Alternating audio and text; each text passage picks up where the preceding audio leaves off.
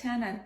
I have got some leftover fabric from my previous project, and I was thinking what I can make out of it and what I can teach you, something new and stylish. And I love this color, so I don't want to throw it away. So I come up with the idea, and I'm going to teach you today really stylish, easy to wear and easy to make summer top, and I call it butterfly top. You can wear it with your trouser or on your skirt.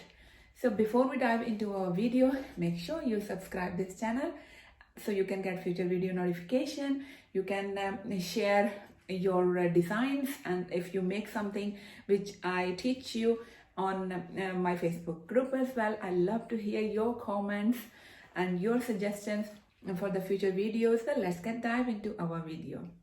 Let's start by taking measurement. First we need bust measurement, and then we need waist measurement all around. You can do half of it, and then hips measurement. So I am taking the measurement that is a 26 inches wide, and width you can take, is totally up to you how wide and total length you want. And make sure you are cutting from the folded edge. Folded edge will be coming toward your shoulders, so we are not doing any stitching toward shoulder side. So I'm taking 26 inches wide and 26 inches length. Basically I took a square piece, so this is totally up to you because I have only that much fabric. Otherwise I could take a little bit wider. So this is totally up to you how much fabric you have, because wider fabric you will have better flow around your arms. So because my width is only 26, so I can take only 26. So I cut the piece, it's a square piece. I cut 26 by 26, and now I'm going to fold it.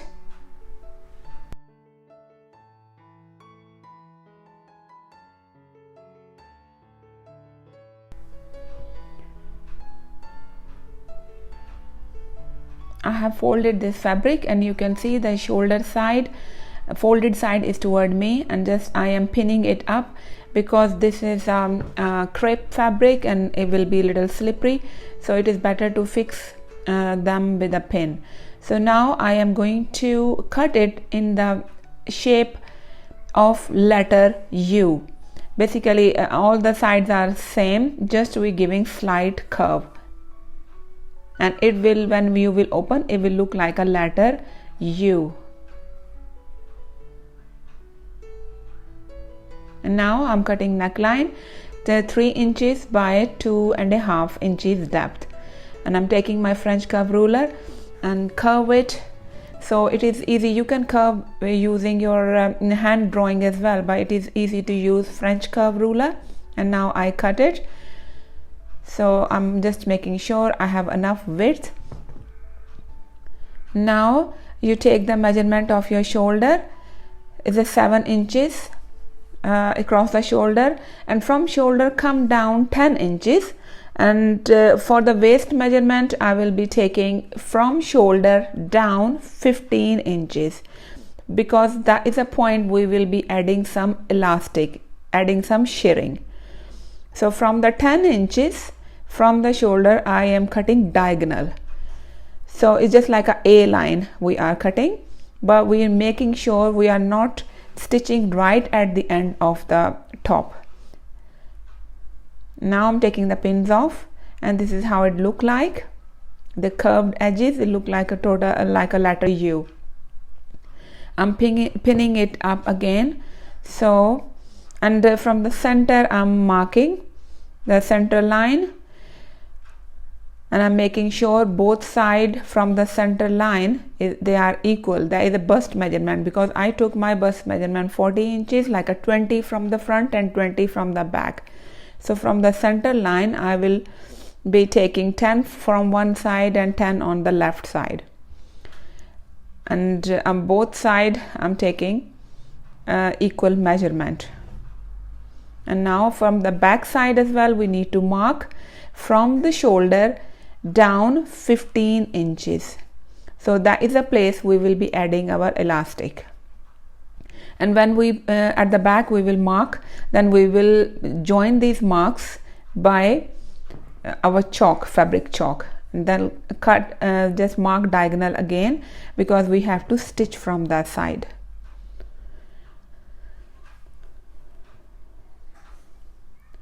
Now at the moment the front and back neck, they look similar, so I'm cutting, like I'm marking the centers. So in this way we will know where to cut.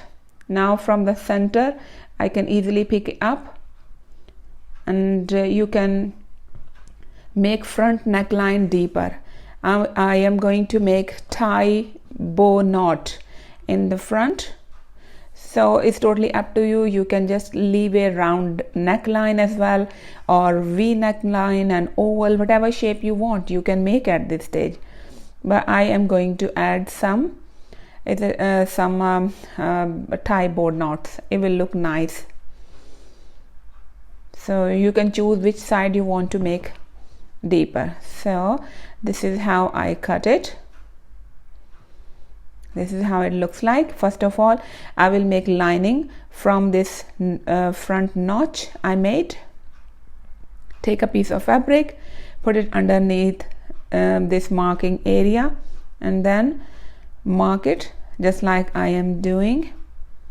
And after that, just hold it, pin it up, so it will be easy for you to cut, and then cut from the mark. And the width of this lining, it must be at least 1 inch wide. Now this is how it looks like. And first of all we will start stitching from that part, and then I'm going to fix it with the pins.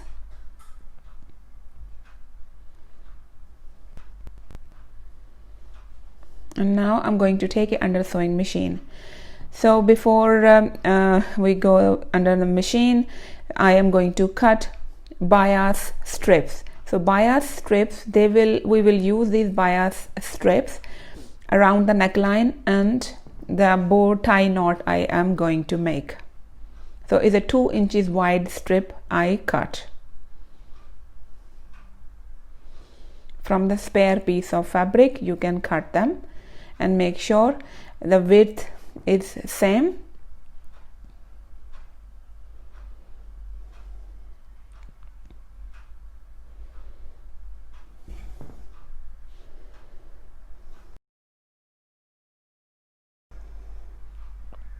Now I have 2 long strips, and I will join them diagonally like this,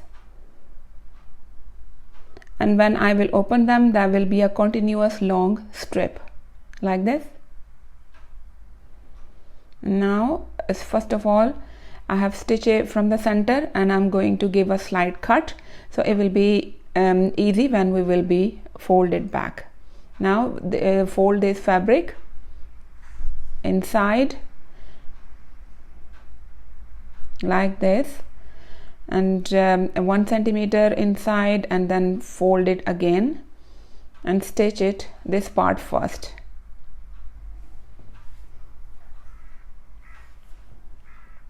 Now I have stitched this V notch from the neckline, and I'm going to add this bias strip, and I will start right from the back side of this top, and I fix it with a pin, so I know that is the center of the back. Keep fixing with the pins, and then there will be long spare belt in the front to make a tie knot. Take it under the sewing machine and start sewing. First attach the bias strip and cut the extra fabric. Now this is how it looks like, and I will be folding it again 1 centimeter and then 1 centimeter up, and leave little bit outside, at least half a centimeter. They will look nicer. And this is how we make a belt. Fold 1 centimeter from both sides and then fold it again just like this. So our belt and neckline is ready. I'm gonna just quickly put it on and I will show you. So this part is ready, and at this stage if you see this your belt is too long, then you can cut it according to your choice. Now I am going to make little bell shape ending. So what I did, I took a rectangular piece. Basically we need to make it square, we need a square pieces, and I took 2.5 inches square, both of them 2.5 inches square, because I want to make a little folded like this. So now stitches all around, and we have little 2 square pieces. They are 2.5 inches each, and the open ending we will just fold by putting 1/2 centimeter on each side in, and now I stitch it, and now we have 2 pieces of squares. At the end of this strip, fold them like this diagonally and stitch on one side diagonally like this. Under the sewing machine, one side you stitch diagonally, the rest of them will be open, and it will come up like a tulip, and it will look lovely.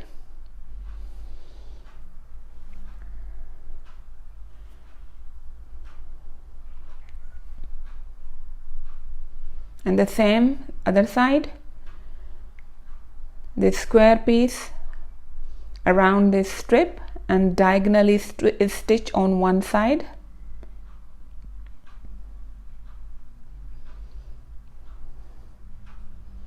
And after stitching we are done. Now I am pulling it outside like this, and now it's coming out. So this is a little bell shape ending. It looks so cute, I like it. Like this, no frayed edges, they're totally square and double square basically. So now I'm going to show you, they look like this, little bells ending. So next we are going to add elastic, we call shirring. So take this thin elastic, 0.5 millimeter thin, and you have to use a hand and twist it around your bobbin and put the bobbin inside the machine and check it first is ready to use. I have done one shirring video, I will add the link below so you can go and have a look. And now from the mark from the shoulder down 15 inches where I marked, now I am stitching, and I give 5 lines of stitches. It's totally up to you, you can make more as well, but 5 I think they are enough and they look pretty. As you can see, they are giving lovely gathering already.